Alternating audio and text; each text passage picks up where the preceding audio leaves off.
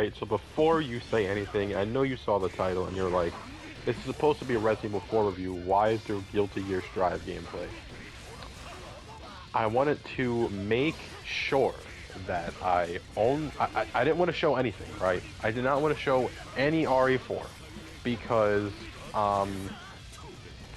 I don't want to spoil anything. I don't. And if I included RE4, all you would be seeing here was demo gameplay, right? If I included gameplay, I would literally just show what's in the demo. And here's the thing, I'm not going to show that because if you really wanted to know what was in the demo, you can just go play it for yourself. It's literally free on everything, right? So just treat the Guilty Gear gameplay as just some little eye candy, right? Because what really matters is what I'm talking about here, okay? Not the gameplay. And I already beat the game, right? And I have all the weapons, well, most of them, and I don't want to spoil anything, you know, and it's just the game is so perfect that literally spoiling it would be a problem, you know. I don't want to, even if you've already played the game, right? And I was someone who's already played the original, and you know, the remake, it's just amazing. And I know when I see reviews, right? If you're really paying attention to the gameplay in some reviews, you will see spoilers for later on in the game, and you're just like, why would you show that, you know? So I'm gonna avoid that entirely by just, I mean, all that matters in the review is me, you know, what I have to say, right? That's what a review is. And, I mean, I don't really have to back it up with gameplay because, I mean, yeah, the review scores have been in for this game for a few weeks now, and it's near perfect. So, you know, I'm just gonna say what I liked about it. Anyways, actually getting into the review now. I beat the game yesterday. Took me, so here's what I do want to say. I 100%ed the game. Well, no, that's cap. I tried to 100% the game, and what I mean is I tried to get every single collectible in my first run. So it took me about 17 and a half hours to beat the game. The only problem is I failed at that, and this will literally lead into my only problem with the game. I'm going to start off with the only problem that I have with the game, because, yeah. And, my problem is that, if you don't know, RE4 is a lot about treasure hunting, right? There's a lot of treasure. It's really useful in helping you upgrade your weapons, you know, you can sell it for money. It's all about treasure hunting, right? Here we go with my biggest problem with the entire game so far. As someone who is attempting to 100% this game, and I've not given up yet, right? It's just that it's going to take longer than expected now that I've ran into this issue. There are treasures locked behind keys. Now, here's what I want to say, right? I don't know if these treasures are mandatory for 100%ing. I'm going to say that they are because they're on the minimap. They're marked on the map. Or not the minimap, the map. They're marked on the map. And that makes me believe that they are mandatory. I don't know though. This means that you have to find a key that has one use, right? One use. You open up this chest using the key, and then the key breaks. And the problem is that in total, there's probably maybe 15, 20 of these chests. Maybe like 15 of these chests throughout the entire game. And it's really annoying because I'm gonna be honest, I don't know if you can get them all on your first playthrough. I genuinely don't know. Which is really annoying because, yeah, you found the treasure, right? And now you have to go find this key. By the way, the key is not marked on the map. You just have to hope you stumble across the key. And here's the thing, like I said, I don't know if there's enough keys for every chest. So, because obviously in my playthrough there were not enough keys for every chest that I found. So I don't know if they spawn in specific locations, but that was just really frustrating to me because, you know, I'm walking around the map for hours and I'm finding all the treasures, and then I find a treasure with a key and I'm like, well, great. I hope this isn't mandatory because literally can't open it. I didn't find the key. So I don't know if they are mandatory, but like I said, they're marked on the map as a treasure, so I'm going to assume that they are. Anyways, that was my only complaint about the whole game. It was a very annoying complaint because as someone who wants to 100% the game, I have to figure out how to open all these chests in one playthrough.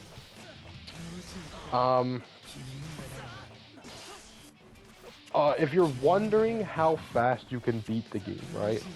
To get an S+ rank on hardcore difficulty, the game is expecting you to beat it in under 5 hours and 30 minutes. So yes, the game is beatable in under 5 hours and 30 minutes. I'm gonna guess it's gonna come in at around 4 to 5 hours. Which is great. Like I said, my first playthrough took almost 18. And yeah, I believe that is just about as long as the original game was. And I'm not gonna lie, this game means a lot to me because it saved single player gaming for me. And I'm gonna explain why, right? So I used to be an enjoyer of single player games, right? And then God of War Ragnarok happened, right? And last year I played Elden Ring and I played God of War Ragnarok. I believe those are the only 2 single player games I played last year. I also played Atomic Heart and Harry Potter, okay? Here is what I'm going to say. So obviously God of War came out first, right? God of War, one of the hardest experiences I ever had beating a game. I had to force myself to sit down and play the game. I beat the original God of War in literally maybe 3 days. God of War 2018. And it took me almost 2 weeks to beat this game because it was just so boring. It was so boring, right? Then a few months later, Harry Potter comes out. Same exact situation, right? And here's the thing. These games are very high quality, right? It's just that they're so boring. And then here we go. Atomic Heart. I was about an hour away from beating this game. And I did enjoy the game, but I ran into the same problem. It's just not pulling me to finish it. Like, I just don't care. I really don't care. And for me personally, I think that this is just because I was getting older. Because I'm 19 now, right? And when in 2018, and I referenced 2018 because it was a very important year. Because if you don't know, in terms of single player games, Red Dead Redemption 2 came out, Spider-Man came out, God of War 2018 came out, and I believe Days Gone came out. All of these games were amazing. Although I did not play Days Gone then. I played it later on, but I enjoyed the game. And obviously I was like 13, 14 when these games were coming out. And I just assume that it's because I'm older that I just don't enjoy these games, right? That's what God of War Ragnarok made me feel. And I'm only gonna play fighting games from now on, right? And maybe some shooters if there's a good shooter here and then. And you know, I'll play like a GTA because GTA Online is a fun experience, right? However, after God of War, Harry Potter, and Atomic Heart, Resident Evil 4 Remake comes out. And I will say, by the way, I did enjoy Elden Ring. I 100% the game. I really enjoyed it. But I knew that deep down it wasn't really a single player game. You know, it was just it was a once in a lifetime type of game. I don't think there's ever going to be another game like Elden Ring, right? So I knew that that game was special, so it's not like it's going to recaptivate me to play these single-player games. And even though Elden Ring isn't even really single-player, you can play it online. Anyways, yeah. Resident Evil 4 Remake comes out, and I literally couldn't stop playing it. And I haven't had this feeling with a single-player game since Elden Ring, right? And before Elden Ring, I hadn't had that feeling since maybe Spider-Man or Red Dead Redemption 2. I could not stop playing it. It was just perfection, right? And the weird thing to me is that I've played the original RE4 and, you know, I beat it and I enjoyed it a lot.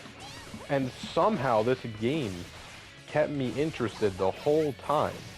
It was just perfection, right? And I don't want to really talk about the game itself because, like, again, spoilers, right? And I do feel like if you've never played a Resident Evil game before, you have to play this game. If you have played Resident Evil before and you're a little reluctant, you shouldn't be, right? Because if you don't know, Resident Evil 3 Remake was the last game they remade, and they did it terribly. They actually cut stuff out. How do you cut stuff out of a remake? RE4 Remake does the exact opposite.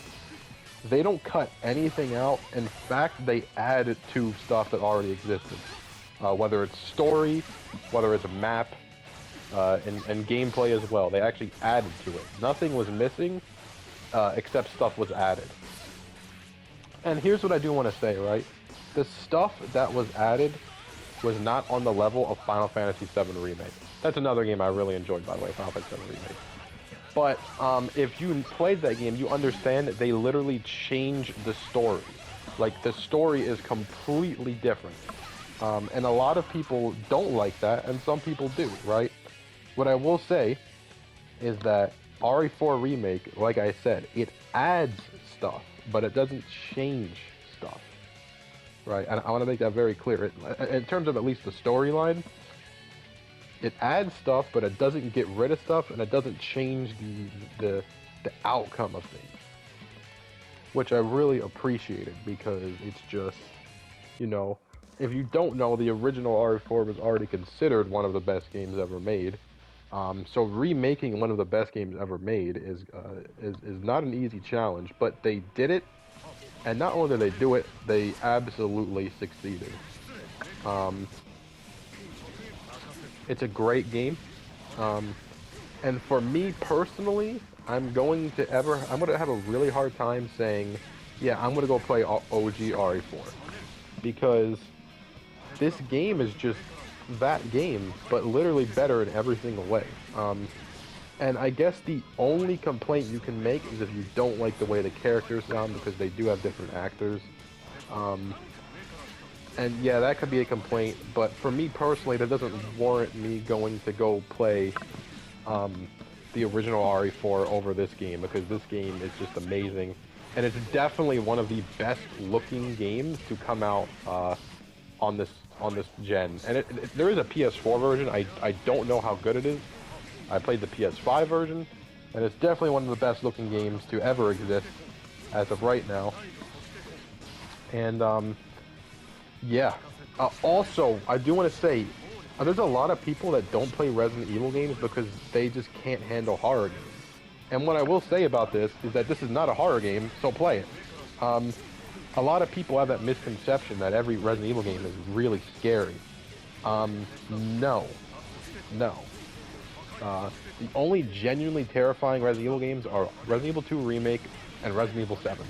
The rest are varying degrees of scary, and some aren't that scary at all, like 4. Resident Evil 4 has literally one scary part near the end of the game. And that's about it. Like the original had. And if you know, you know. I'm not going to spoil it, but if you know, you know. It's a little spooky. But yeah, I'm just going to leave the video there. I will say, buy the game. Literally buy it. Buy it right now. My score is a 10 out of 10. And if I could go higher, I would.